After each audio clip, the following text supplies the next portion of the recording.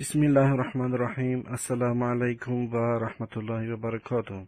در اینجا میخوام چند نکته مهم را برای از خود کردن درس با شما بگویم. اول اینکه شما قصد جدی برای از خود کردن درس داشته باشید. در این صورت شما 4 عمل را باید پورا اجرا کنید. یکی از این عمل این است که شما از استاد باید درس را پورا بگیرید.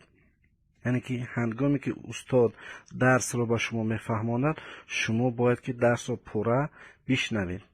دوم این که آن را پورا بنویسید.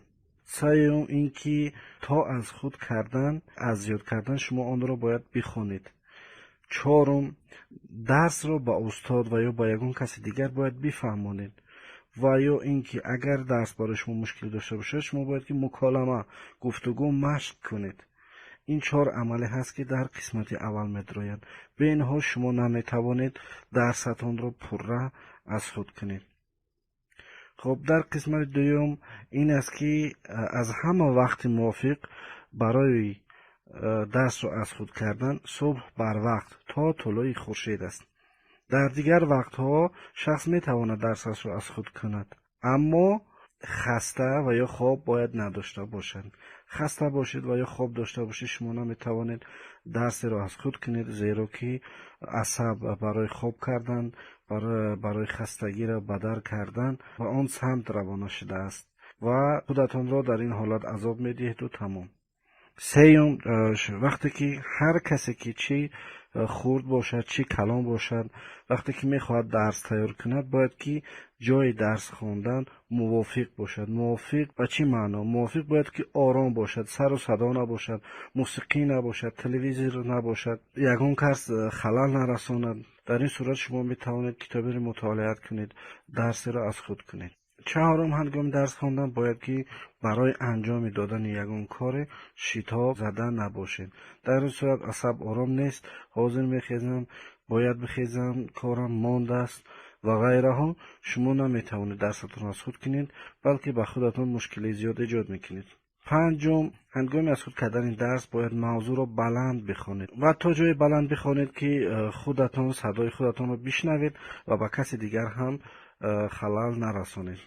ششم در میز و در جای نشسته درس را از خود کنید بهتر است، زیرا که در حالت به شکم خوابیدن یا با پشت خوابیدن شما میتوانید کتاب را بخوانید، اما برای از خود کردن درس این دو حالت موافق نیست. هفتم موضوع اگر به مقدار از 1 تا 3 ربایی باشد تا 50 مرتبه و اگر از آن بزرگ باشد باید تا 50-100 مرتبه با وجود آنکه شما فکر میکنید آن را از خود کرده اید. هشتم باید پیوسته در وقتهای خالی اوید به وظیفه گرفته خود فکر کنید که امروز موضوع هم این بود، من باید آن را بخوانم و قسمت خواندگی خودتان را در ذهن خودتان تاب داده تکرار کنید. نهم طلبات اساسی در وقت وظیفه را از استاد گرفتن این است که آن را پورا درک و فهم کرده باشین. پس هنگام از خود کردن شما مشکلی نمیکشید. اگر شما درس را پورا از استاد فهمیده نباشید هنگام آن را چی از خود کردن و چی در خانه آن را وظیفه را اجرا کردن مشکلی میکشید. به همین خاطر وقتی که شما درس رو چی درسی که نباشد و بیولوژی باشد، زبان انگلیسی باشد، مثال هر موضوعی که نباشد وقتی که شما درس رو میگیرید کوشش کنید که پورا درس را از خود کنید، یعنی که از استاد فهمیده گرفته باشید. دهم هر جایی که شما درس میخونید باید که هوای معتدل داشته باشد. اگر هوا معتدل نباشد، سرد باشد، شما از سردی ناراحتی حس میکنید و نمیتوانید که پورا درستون را از خود کنید. و همچنین هوا اگر گرم باشد، گرمی زیاد باشد، شما خودتون را نیز ناراحت حس میکنید.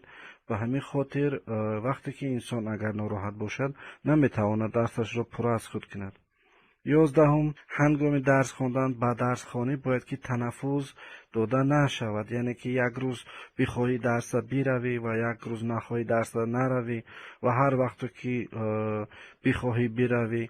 این الکی مناسبتی جدی نداشتن نسبت درس است. درس جدیت رو طلب میکند، پیوسته باید درس بگیری و درس را هیچ وقت فاصله ندهی، زیرا که فاصله دادی خاطره و ذهن شما از فکری درس بیرون میشود. تا یک زمان دوباره وقتی که شما درس شروع میکنید شما مجبور میشید که با از اول یک مرتبه درس های گذشته رو تکرار کرده بینید.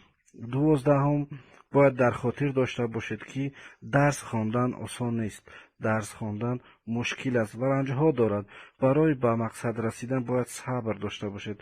اگر درس خواندن آسان میشد البته همه عالم و دانشمند میشد، اما بدانیم هیچ عمل بی پاداش و هیچ کوشش بی نتیجه نخواهد ماند. 13 هیچگاه از دانش داشته خود قناعتمند نشوید و پیوسته در کوشش آموختن چیزی باشید، نوابسته از آن که شما در کدام سن سال هستید.